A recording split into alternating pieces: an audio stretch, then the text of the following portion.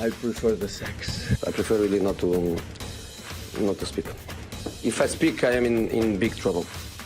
In big trouble. And I don't want to be in big trouble. Porque sou eu o treinador.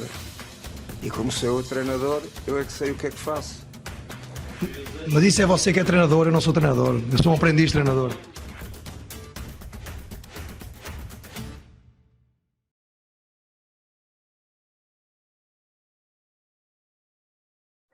Olá a todos, sejam bem-vindos a mais um episódio da Visão de Jogo. Hoje trago o Mr. Manuel Queijo à conversa. Mister, obrigado pelo convite. É um prazer falar um bocadinho de futebol consigo. Obrigado, Will. É bom que se lembrem de mim, fico sempre super vaidoso, como se costuma dizer, fico sempre radiante. E não há motivo para agradecimentos da vossa parte, porque é uma coisa que eu gosto de fazer, é partilhar ideias, partilhar a minha experiência com os mais jovens, é aquilo que vos posso dar, se eventualmente for um legado que possam seguir ou não, ou que possam aproveitar, ótimo. Mister, vou começar com um tema que até discutimos ao telemóvel. Você falou-me, por exemplo, que Roger Schmidt veio trazer novas ideias aos treinadores portugueses e que achava que muitos deles pensavam que sabiam tudo. Acha que as metodologias de treino dos portugueses estão ultrapassadas? Bem, é importante clarificar isso. Eu não acho que ele venha trazer novas ideias ou que ele tenha lido teorias no aspecto teórico diferentes daquelas que os portugueses leem. O que entendo é que ele tem naturalmente, até por ser um alemão, uma visão diferente, uma cultura desportiva também diferente, que penso que os treinadores portugueses, nesta altura, estão a precisar. Não é que não saibam, não é que o treinador estrangeiro seja melhor do que o treinador português, mas parece-me importante que os treinadores portugueses que nos últimos, digamos, 10, 15 anos aparecem com grande personalidade naquilo que é o futebol da Europa, estão ligeiramente a adormecer sobre os seus conteúdos, sobre as suas práticas e sobre a utilização dos seus conhecimentos. O futebol não permite isso, o futebol é de uma evolução constante, contínua, é complexo, é imprevisível. Ficámos muito nos últimos anos por uma linguagem futebolística que dá algum valor ao futebol português na questão linguística, mas que na prática os jogos estão, digamos que, não tão simpáticos como há uns anos atrás. Aliás, é fácil perceber que a Liga perdeu nos últimos anos cerca de um quinto, salvo erro, dos espectadores no estádio. Isso terá, não digo de uma forma única, a ver com os jogos pouco emotivos, jogos baseados muito na posse de bola, no domínio ilusório do jogo, sem aquilo que no fundo, a emotividade do jogo e que é o verdadeiro conteúdo final do jogo, que é o golo e a vitória.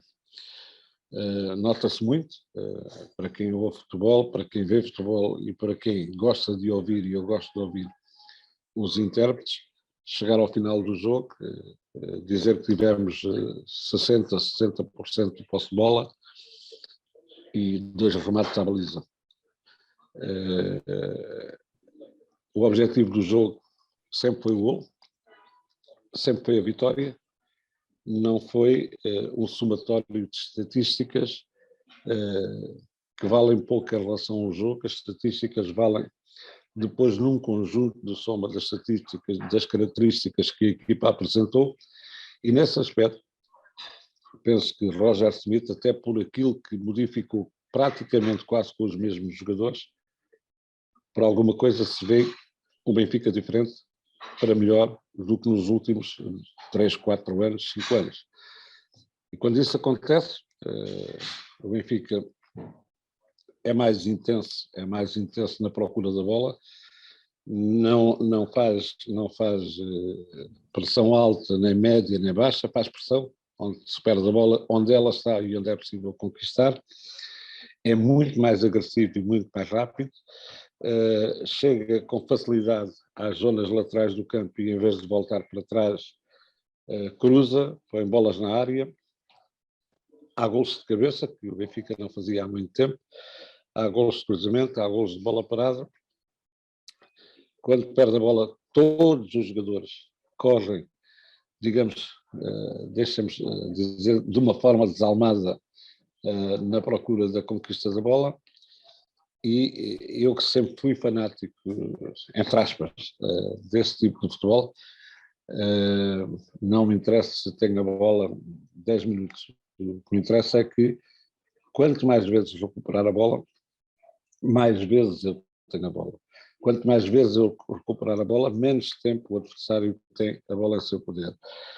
Quanto mais vezes eu recuperar a bola, mais vezes o adversário vê interrompido a sua ideia de jogo, o seu projeto de jogo, a sua forma de jogar. E naturalmente que quem joga com intensidade e quando joga para a frente de uma forma quer vertical, quer de forma oblíqua, como o Benfica está a fazer agora, tem necessariamente que aumentar, por exemplo, os índices de passos errados. Quem arrisca mais vezes É verdade. aumenta os passos errados. Parece-me um processo diferente daquilo que as equipas portuguesas, pelo menos na época passada, a grande maioria faziam. Chegavam junto da área, circulação de bola, pouca circulação de jogadores, pouca ocupação de espaços, pouca procura dos espaços livres, e isso, felizmente, tem acontecido, por exemplo, no Benfica, e concretiza-se pela forma como o Benfica goleia, faz golos, cria oportunidades. O Benfica teve, no último jogo que fez posse de bola, mas rematou cerca de 20 ou 30 vezes à baliza do adversário. É verdade, existe um muito maior risco nas ações que tomam. E o ano passado tinha provavelmente a mesma posse de bola, talvez um pouquinho mais, mas acabava por fazer 1, 2 remates, e houve jogos aqui o Benfica praticamente nem rematou à baliza, o que é muito difícil de ganhar jogos. Daí eu dizer, não é que os treinadores portugueses, que têm um valor fantástico, são dos melhores, e devemos confirmar isso ao longo de... Agora, parece-me que está a acontecer aos treinadores portugueses o mesmo que aconteceu aos brasileiros nos últimos 20 anos. Eles, durante muitos anos, foram os que dominavam o futebol no aspecto de treinadores. Hoje estão, lamentavelmente para eles, completamente ultrapassados por nós. Os treinadores portugueses parece que chegaram àquela situação, não é preciso fazer mais nada de novo, e no futebol ambição não é a palavra prioritária, inovação é capaz de ser a palavra mais apropriada para que os treinadores não parem de inovar sobre as suas ideias de jogo, as suas formas de jogar. E o alemão trouxe isso. Não é que o alemão seja melhor do que nós. Tem uma cultura diferente, tem uma forma de estar diferente. Repare-se nestes 2 jogos que o Benfica fez no espaço de 3 dias, ele, quando toda a gente falava já em Portugal que ia fazer gestão de esforço porque estávamos no início da época, ele pôs a mesma equipa a jogar, e não me surpreenderá se ele na terça-feira, amanhã, por exemplo, que estamos a falar hoje na segunda-feira, não me surpreenderá se ele puser outra vez a mesma equipa a jogar, a não ser que haja algum toque ou uma situação qualquer, porque o futebol é rendimento, o futebol é quem rende mais, tem que jogar sempre a melhor equipa, a gestão de uma equipa deve ser feita sempre na procura dos melhores resultados. Ninguém faz gestão para não ter bons resultados, e uma gestão que tenha maus resultados é uma má gestão. Exatamente. Mister, bem sei que o modelo de jogo é também consequência do contexto. Você passou por contextos muito diversos. Até que ponto é que mudou os seus princípios de jogo com base na cultura onde estava inserido? Eu, durante muitos anos, se houve coisas que eu fiz foi divertir-me com o futebol. Eu nunca fiz um drama por uma derrota, nunca fiz um drama por... eu dizia sempre que cada vez que perco, aprendo. E, portanto, uma vez perguntaram quais eram os meus princípios de jogo e eu disse, num colóquio, eu sei que foi motivo de chacota e sei que muita gente utilizou de forma negativa para dizer que eu não percebia nada disso, mas eu disse, os meus princípios de jogo, perguntem, por exemplo, à Sport TV, que umas vezes o princípio é às 7h15, outras vezes é às 8, outras vezes é às 10, e nunca fui fanático por modelos de jogo, por ideias de jogo, porque eu não posso ter um modelo único ou um modelo estereotipado de que a minha equipa só faz isto, obedece às minhas ideias, quando eu tenho, por exemplo, 18 adversários totalmente diferentes, de características diferentes.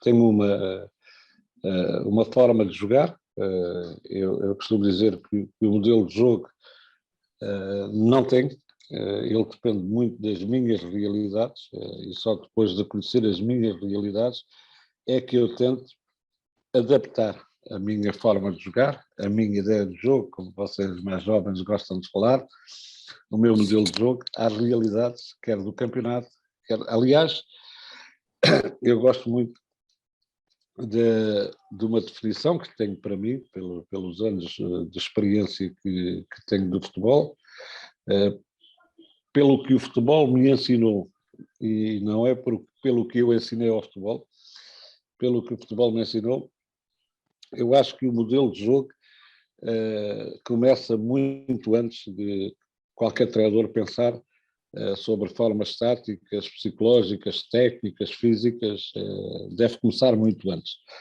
Eu digo sempre que o meu modelo de jogo começa quando eu pego na esferográfica para assinar um contrato. Antes de o fazer,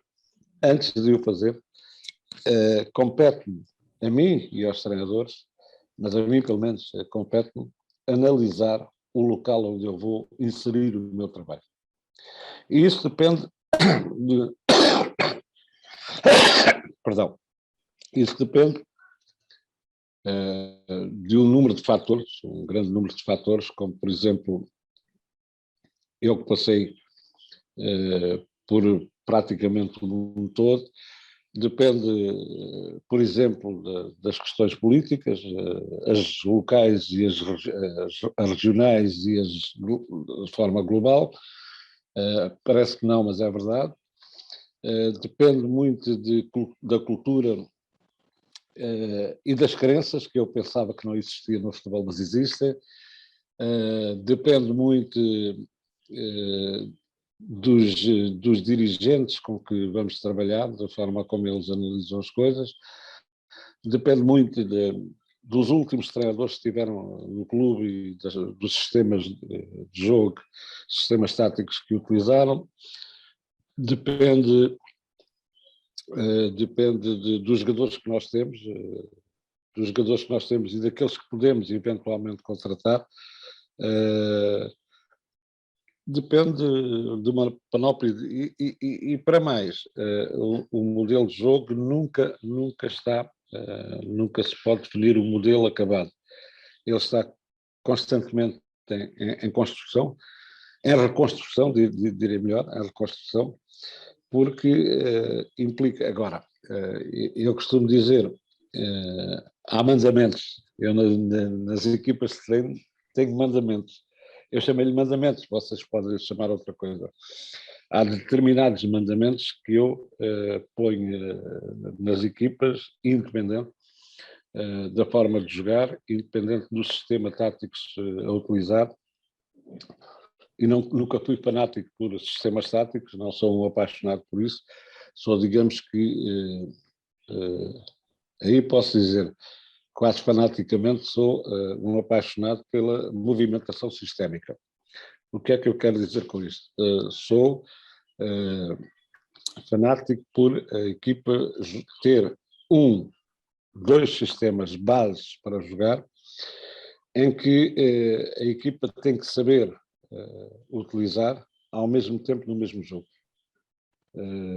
Quando se defende em 5-4-1, por exemplo, não é a mesma coisa de quando se ataca em 3-4-3, por exemplo, e a utilização sistémica, a movimentação segundo a segundo, do momento do jogo, das situações que vão aparecendo e que se vão desenhando no jogo, essas sim, para mim são importantes. Aliás, eu digo sempre que o que me importa a mim, mais do que a movimentação dos jogadores no sistema tático ou no modelo de jogo a utilizar, são importantes, mas mais importante do que isso são para mim as missões que eu decido conferir a cada jogador, independentemente de ter as movimentações mais ou menos programadas ou a forma de jogar mais ou menos programada.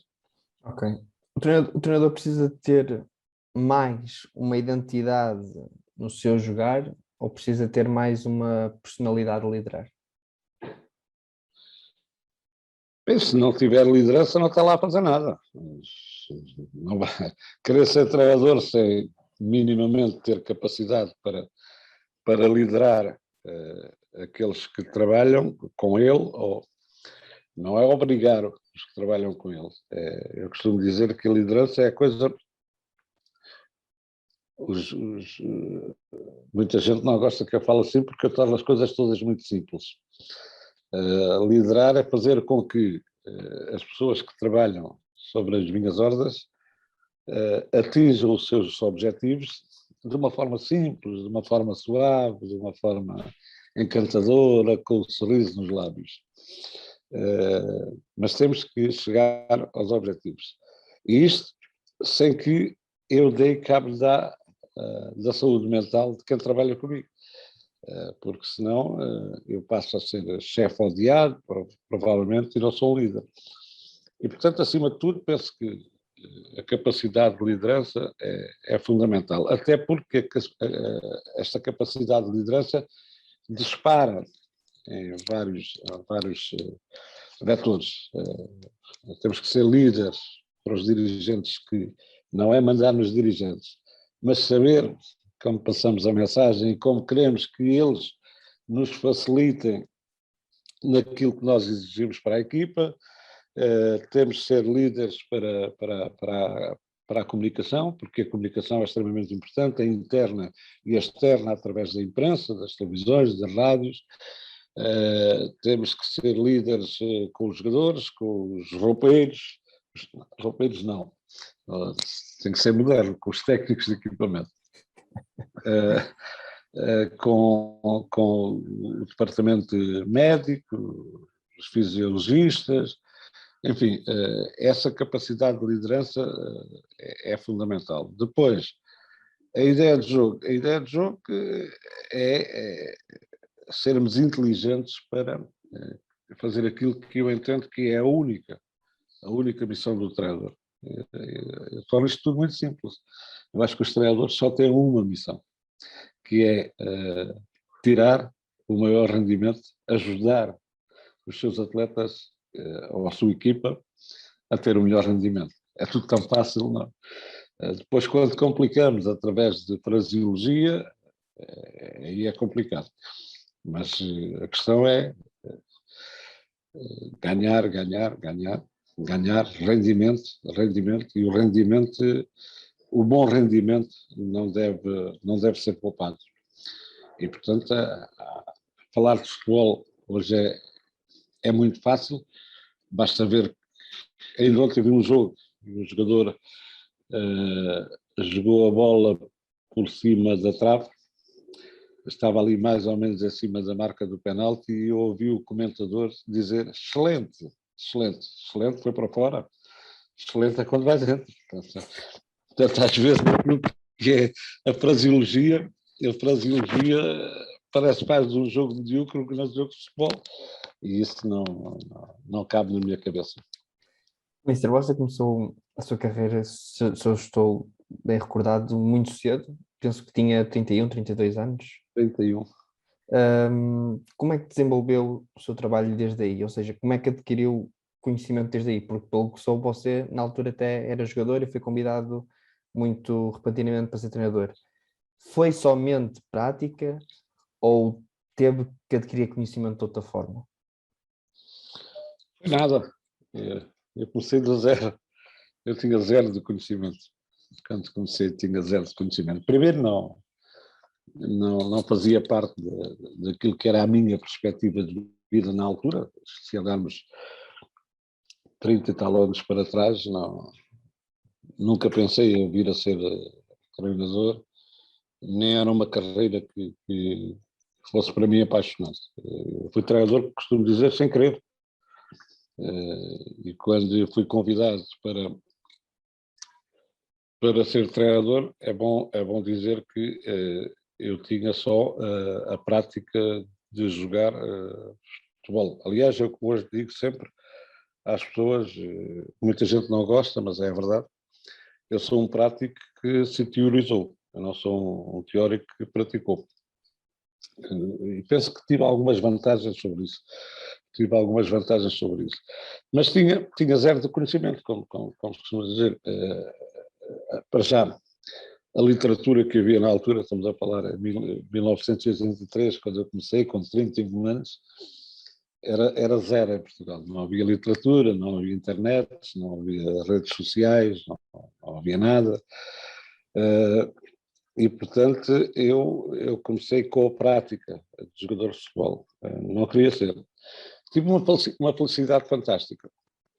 O senhor Mladenov, Cristo Mladenov, que tinha sido selecionador da Bulgária, foi o meu primeiro professor. O meu primeiro professor na prática, que eu não tive aulas teóricas, comecei a ter com ele. E ele, logo no primeiro dia, primeiro, obrigam-me a chegar 2 horas mais cedo ao estádio, que era coisa que eu fazia 10 minutos antes, quando era jogador. Equipava-me, ia para o campo, treinava o que os treinadores queriam, e treinava muito. Nunca me recusei a treinar, fosse ele qualquer tipo de treino. Eu estava ali para ser pago para jogar, para treinar, e era isso que eu fazia. Mas o primeiro dia fui obrigado a chegar 2 horas mais cedo, e eu lembro perfeitamente de dizer na altura que você é treinador, já estou a perder tempo, estou a perder 2 horas. Nunca pensei que viesse a ganhar tanta coisa. Primeiro porque o Sr. Mladenov no primeiro dia faz uma surpresa fantástica, ele falava assim de espanhol, um espanhol ainda complicado. Ele disse: Manel, escreve, e eu escrevi aquilo que eu percebia, aquilo que levámos ali, o que eu não percebia, perguntava. E ele, quando acabou de editar aquilo que tinha para fazer, ele disse: agora vai, Manel, vai treinar. Eu disse: eu, mister, eu nunca treinei na minha vida. Vai treinar. Lembram-me que falei com os meus colegas na altura, porque eu era jogador, era capitão da equipe, e disse assim: calma, vocês não comecem a pensar que eu estou a inventar, porque aquilo que nós vamos fazer está aqui escrito no papel, foi o Sr. Mladenov que me mandou fazer. Portanto, isto não é da minha autoria, eu não estou aqui armado em treinador a dizer que sei e que não sei. E depois, o Sr. Mladenov fazia sempre isto. Quando acabava o treino, eu tinha mais 1 hora de lições teóricas sobre aquilo que tinha corrido bem no treino e sobre aquilo que tinha corrido menos bem e até sobre aquilo que tinha corrido mal. E isso foram 2 anos de uma prática verdadeiramente fantástica, mas tinha o facto de, em termos teóricos, ser menos evoluída. Para além do facto de ter sido estudante e ter eu queria me matricular no ISEF, mas não fui estudar porque não tinha dinheiro, não havia dinheiro para do menino do Algarve ir para Lisboa estudar, era tudo muito mais difícil, nem autoestrada havia. Eu, durante 10 meses, tive muita dificuldade em despir a camisola de jogador. Eu era adjunto, era ajudante de treinador, como se chama, dizem na altura, E ao fim de 10 meses eu comecei a perceber que estava perante uma carreira fascinante. Uma carreira fascinante, não estou a dizer a minha, de ser treinador é qualquer coisa de fascinante, embora muita gente tenha a opinião contrária, eu continuo a dizer que é fascinante ser treinador de futebol. E então comecei à procura do conhecimento. Fui comprar livros a Sevilha, porque não havia em Portugal, fui comprar livros a Sevilha, comprei a teoria sobre os esportes coletivos do Leon Teodorescu, comprei mais uns 5 ou 6 livros, coisas, e comecei a fazer perguntas a mim próprio. Tudo aquilo que acontecia, porque é que isto aconteceu? E então tinha que ir pesquisar e tinha que aprender. Digamos que sou um autodidata, e quando se diz que é um autodidata é bom não brincar muito ou humilhar os autodidatas, porque houve quem chegasse a presidente dos Estados Unidos da América. E o Salvador Dali também era um autodidata e há muita gente. E comecei a utilizar o conhecimento que ia adquirindo. Só que cada vez que ia adquirindo conhecimento, ia percebendo que necessitava de adquirir mais. Mas houve uma vantagem muito grande da minha parte. Como eu não tinha conhecimento quando comecei, eu utilizava aquilo que me tinham feito, mas não de forma igual. Eu utilizava com imaginação. E à medida que eu comecei a adquirir conhecimento, eu fui pensando que, pronto, quando tiver conhecimento, a imaginação deixa de fazer parte da minha vida. Nada mais errado, e ainda bem que pensei assim. O que é que eu comecei a pensar? Cada vez que tinha mais conhecimento, ia utilizando o conhecimento com a imaginação. E tudo o que me davam, eu questionava. Digamos que a prática, durante muitos anos, e ainda hoje faço a mesma coisa, a prática questionou sempre a teoria. Eu tentei pôr sempre em xeque a teoria. Muitas vezes a teoria ganhou, muitas vezes eu ganhei a teoria.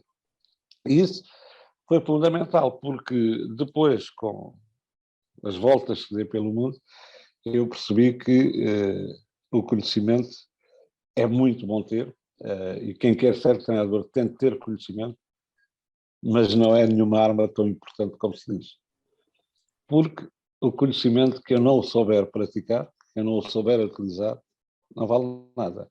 E lembro-me, quando fui para a China, me disseram que gostavam muito da minha conversa, o presidente, tive 2 horas a falar com ele, e ele disse: gosto muito de ti, gosto muito de te ouvir falar, através do tradutor, não era eu que falava, eu não conseguia dar chinês. Gosto muito da teoria do desporto europeu, mas atenção que tu estás na China. E isso fez-me ver. E, curiosamente, apanhei uma série de dificuldades. Eu não lhe chamo de dificuldades, eu chamo-lhe, acima de tudo, maneiras diferentes de ver as coisas, e eu, digamos que a única coisa que fazia, e que fiz nos países todos, foi ser inteligente para utilizar tudo o que eles tinham em meu benefício. Eu levava ao conhecimento, mas se o pusesse em prática só porque levava ao conhecimento, eu era contestado, e lembro-me perfeitamente, quando levei, uma das últimas vezes que estive na China, levei aquilo que é a metodologia mais moderna que se faz na Europa, e os chineses, os 8 dias passados, os primeiros 8 dias, disseram que não gostavam dos meus treinos, que queriam era ir para o ginásio, queriam correr na estrada, 8 km, 9 km, 10 km. E eu disse, estou metido aqui no... E então tive que estar, durante mais ou menos 20 dias, a explicar-lhes a diferença do meu treino para o treino que eles faziam, até que, de uma forma que me fez sorrir, um sorriso enorme, foi quando eles me disseram: não, o senhor tem razão, já não queremos os treinos assim, queremos os seus treinos, porque isto assim é que se treina. E isto é que faz as grandes vantagens. Depois, quando fui antes tinha ido para o mundo árabe, fez as mesmas coisas.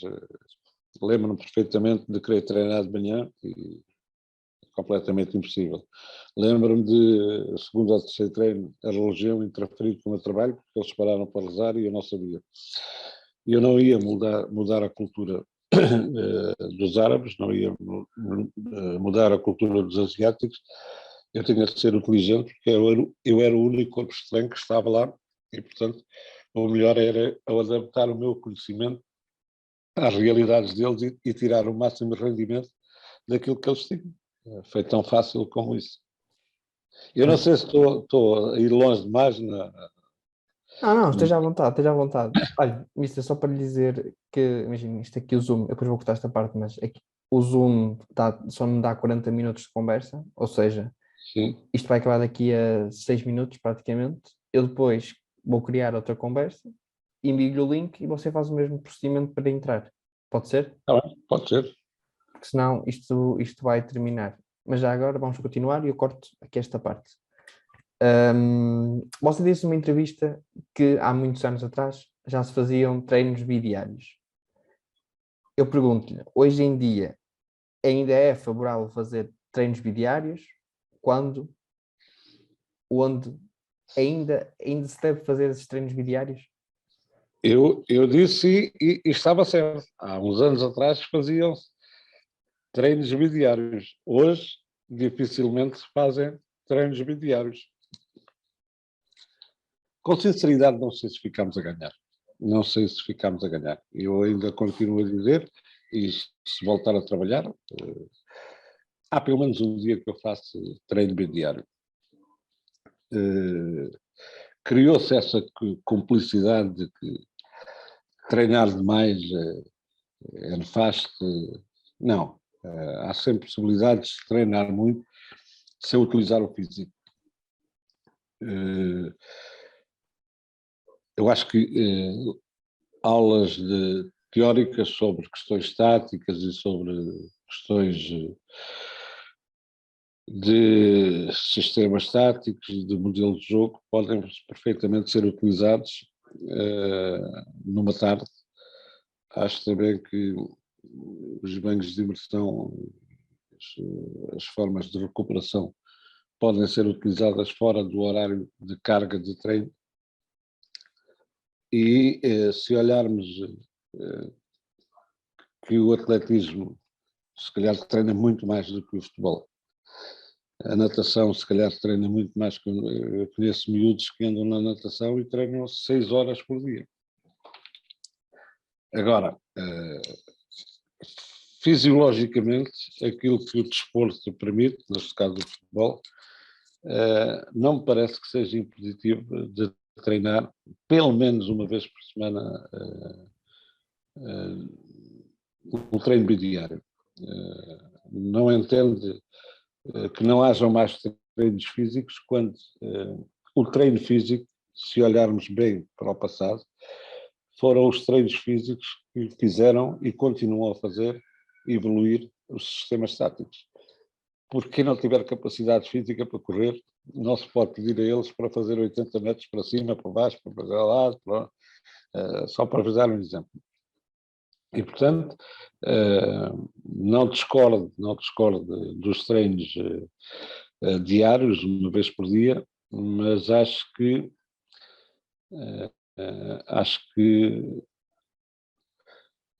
se treina pouco em Portugal. Podia-se treinar mais vezes.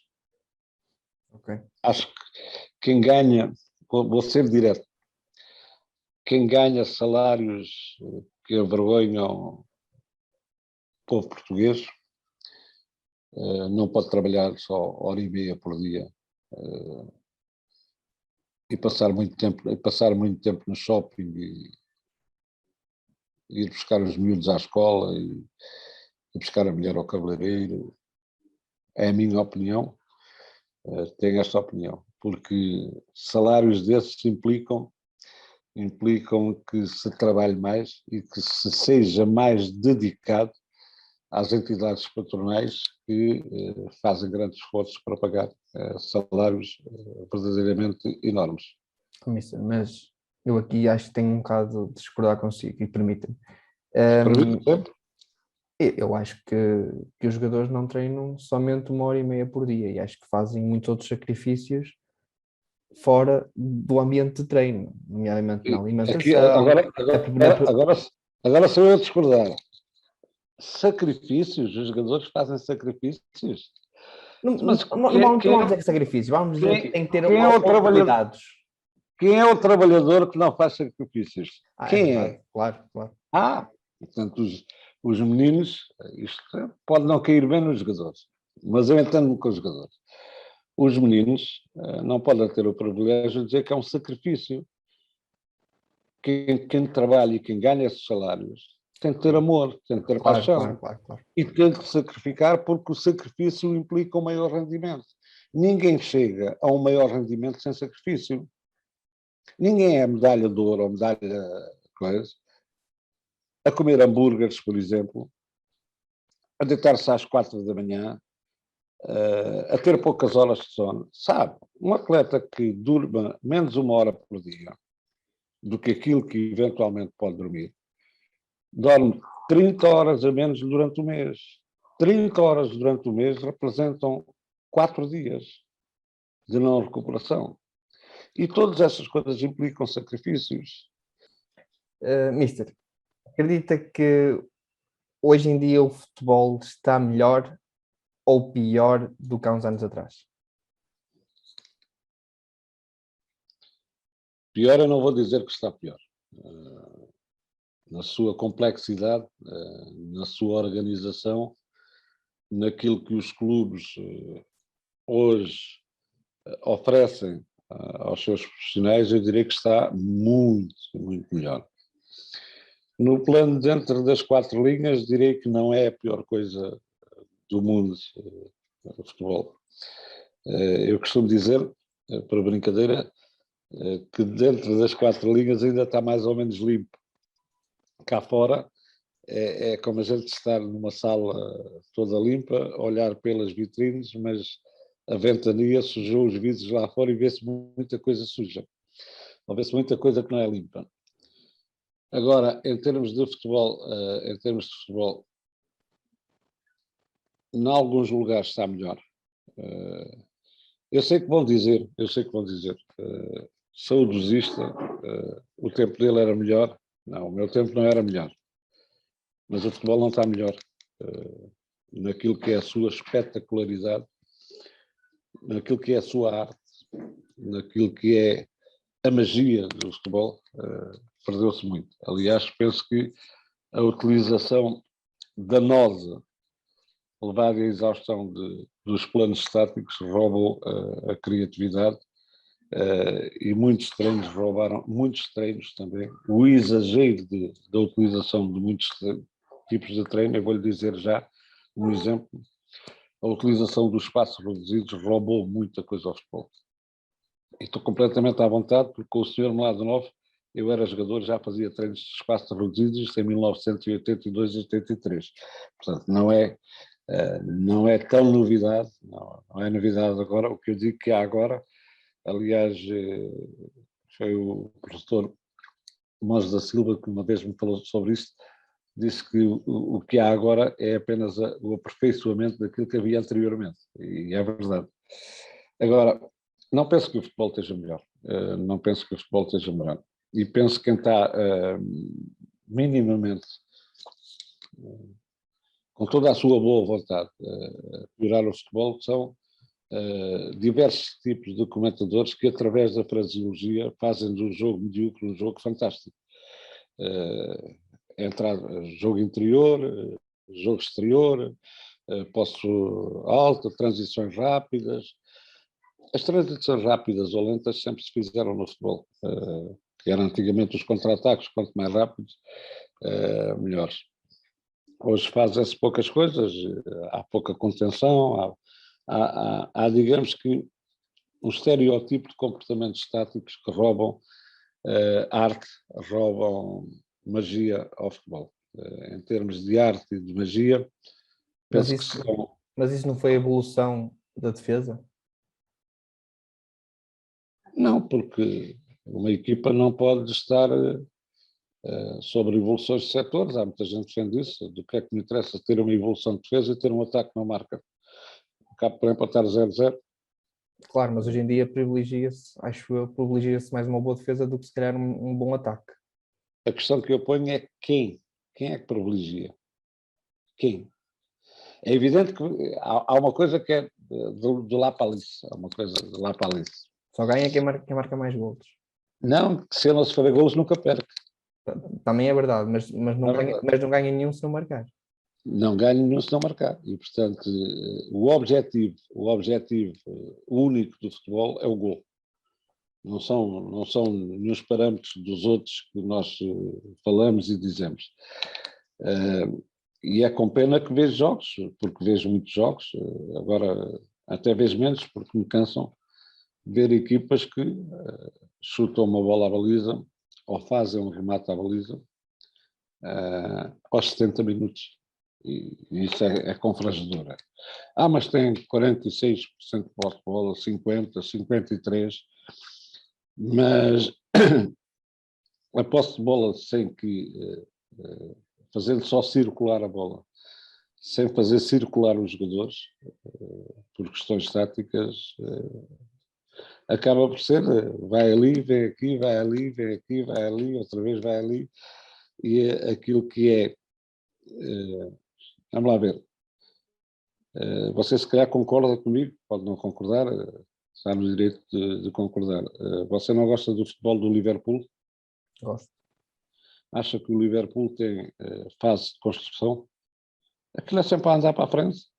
Aquilo é a criação de espaços livres, a ocupação de espaços livres e é missões específicas, porque é fundamental no sistema tático as missões dos jogadores.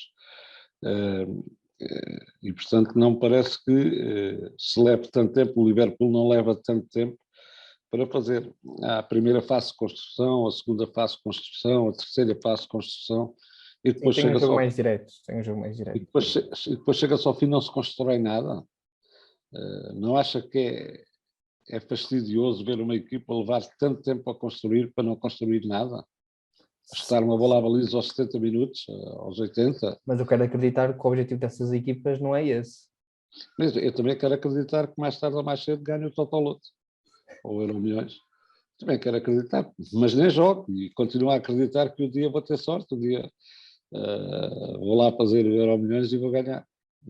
Mas o acreditar é como eu digo, é difícil falar com um velho. É difícil, ainda por cima você é um jovem, é difícil falar com um velho. Não. Porque vou dizer que é saudosista, que é do futebol arcaico, que é do futebol, quer dizer. Eu não sei se sou do futebol, não sei o quê, mas sei que fiz resultados. Sei que fiz resultados e sei que fiz resultados fazendo coisas que no futebol normal não se faz. Eu fiz muita coisa contra aquilo, porque era a capacidade de inovar. Muitas vezes perdi, outras vezes ganhei, mas ganhei mais do que perdi.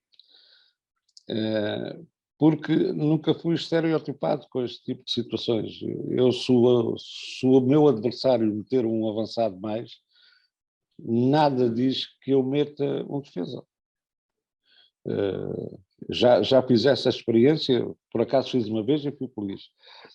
Estava a ganhar 2-1, o adversário meteu mais um avançado, o meu adjunto disse, mister, meta mais um central, que eles meteram mais um ponta de lança. E eu disse, está bem, deixa-me pensar. Pensei 2 minutos e disse, olha, mete mais um avançado. Mister, você está bom na cabeça? E eu disse, estou. Meti mais um avançado. Vamos lá ver, o treinador do adversário, o que fez ao meter mais um avançado foi tentar criar-me problemas à minha equipe e a mim. É verdade? Eu, depois de ver ele ter feito aquilo, metia mais um avançado para criar problemas àquilo que ele tinha criado. Porque ele ficou com 3 defesas e eu fiquei com 3 avançados. E ele viu-se obrigado a recuar um jogador do meio campo para trás e um avançado para a frente. É evidente que se eu perdesse o jogo, toda a gente dizia, burro, fez ao contrário. Mas felizmente estava a ganhar 2-1 e acabei por ganhar 3-1. O que quer dizer, eu costumo sempre dizer que fala-se muito hoje de ambição. Ambição não é qualidade para ser treinador de futebol. Eu conheço os meus amigos, todos eles são muito ambiciosos e só eu é que sou treinador de futebol. Uns são farmacêuticos, outros são pazeiros, outros são carpinteiros, outros são engenheiros, outros são advogados, e todos têm ambição. Agora, a capacidade de inovar sobre aquilo que está a ser feito, a capacidade e a perspectiva, eu costumo dizer que para ser treinador e hoje parece mais fácil, mas não é, ser treinador. E quando eu digo parece mais fácil, porquê? Porque hoje uma equipa técnica tem 10 elementos, 8, 7, 8, e tem uma série de observações feitas sobre isso. Tem ajudas tecnológicas verdadeiramente fantásticas. Hoje há tecnologia sobre observações de jogos, sobre observações de treinos e observações do adversário. Mas aquilo que o treinador precisa de ter, para além de todas estas coisas que tem, e se não tiver, não é treinador, é ter, como eu costumo dizer, olhinho, para analisar muito bem cada momento do jogo. E em cada momento do jogo as coisas fazem-se de uma forma diferente. É preciso ter uma leitura, saber conseguir ler, ter maturidade para pensar um bocadinho antes de agir. E não é preciso pensar 2 horas, senão o jogo acaba. Mas é preciso pensar pelo menos 2 minutos. Vou dizer uma característica que tinha, que era uma questão minha. Eu nunca fazia, dificilmente, eu fazia substituições antes do adversário. Muito raro. Em 30 e tal anos de treinador, muito raro. Não quer dizer que o resultado momentaneamente não obrigasse a isso, mas eu ia ao limite e só fazia substituições quando o adversário as fazia. E porquê? Porque ele, ao fazer uma substituição, vai tentar surpreender-me. Eu posso surpreendê-lo ele criando-lhe dificuldades para a solução que ele tomou e para aquilo que eu quero. Assim como nunca fiz, a não ser por lesão, substituições ao intervalo. Eu estava-lhe a dizer que há mandamentos na minha equipa. E nunca fiz substituições ao intervalo por uma razão muito simples. Eu não sei o que se está a passar no outro balneário. Eu tenho uma visão sobre os 45 minutos que se jogaram, mas o treinador adversário também tem uma visão sobre os 45 minutos que se jogou. E se ele tiver com problemas, vai tentar resolvê-los. Eu não sei o que é que ele está a fazer e o que é que ele está a mudar para fazer. Daí eu esperar sempre e nunca fazer substituições em intervalo para ver como é que a equipa reagia nos primeiros 5 minutos da segunda parte do jogo. Mas isto são coisas que não há nenhuma universidade que ensine. É como lhe digo, eu sou um autodidata, eu ia dizer excelência, não é de excelência, com carinho. Adorei ter sido um autodidata e adorei esta simplicidade de ser um prático que se teorizou. Hoje, se me perguntaram se eu tenho conhecimentos de futebol, se calhar tenho alguns. Eu não vou dizer que tenho muitos, que é para não dizerem que sou vaidoso, mas se calhar tenho alguns.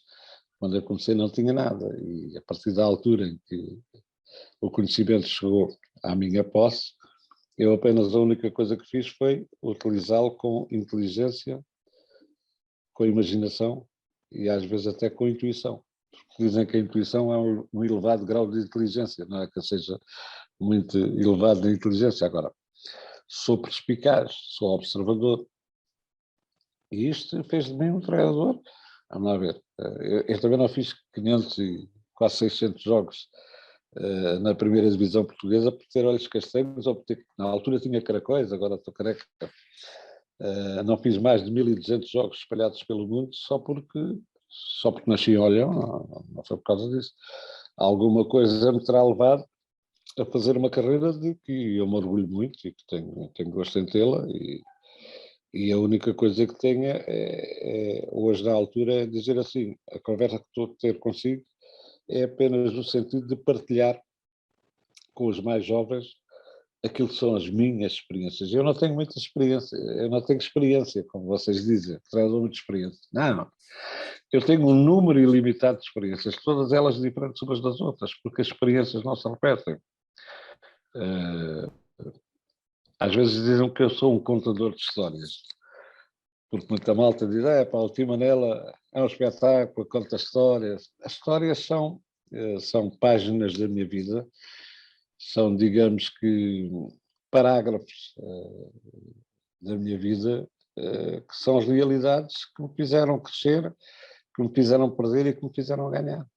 Eu não conto histórias para as pessoas rirem. Agora, é evidente, se me disserem assim, se eu tenho milhentas histórias, e toda a gente pensa que as histórias que tenho foram por desconhecimento, foi por incompetência, foi por não saber nada disso. Não, eu utilizei o conhecimento da forma que quis, que sei, e continuo a dizer, sou um prático ainda hoje que tenta cada vez mais enganar a teoria.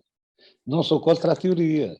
A teoria é que me põe problemas que eu gosto de desafiá-la, gosto de dizer que estás errado a teoria. Agora vou fazer assim. Agora, há muitas vezes a teoria ganhou, mas eu baralho muito a teoria com a prática, ou melhor, com a junção da teoria que fui aprendendo com a prática que fui assimilando.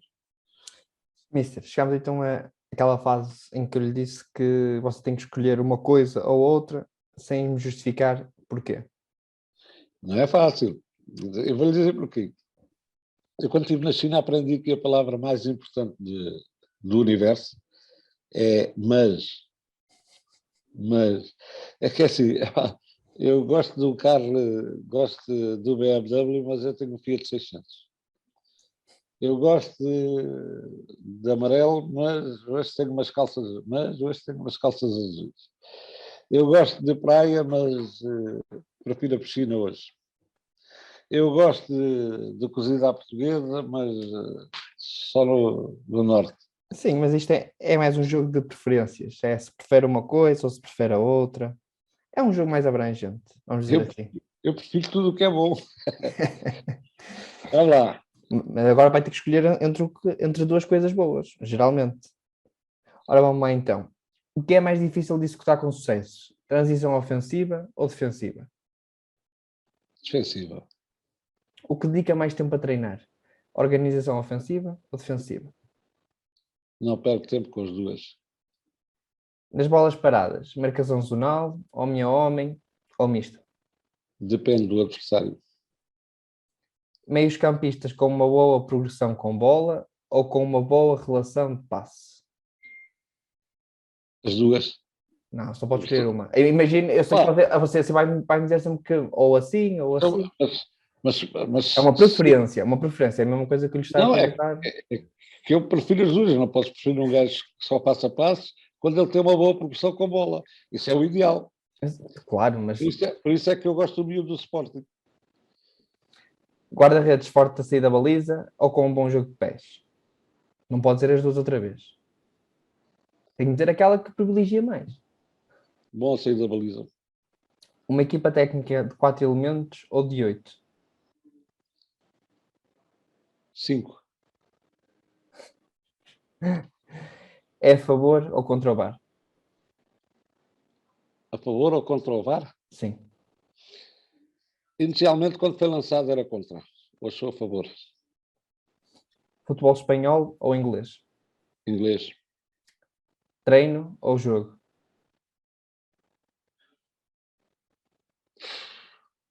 Não se joga bem sem treinar bem. É verdade, mas é aquilo que você aprecia mais. O que é que lhe dá mais borboletas? É o treino? É o jogo? Treino. Golear ou vencer com um golo no último minuto? Golear. Mister, a última pergunta e aquela que faço a todos os convidados. Qual é, de uma forma geral, a sua visão do jogo? Depende. Se estiver sentado, vejo sentado. Se estiver de pé, vejo de pé. Mas a visão do jogo é um jogo que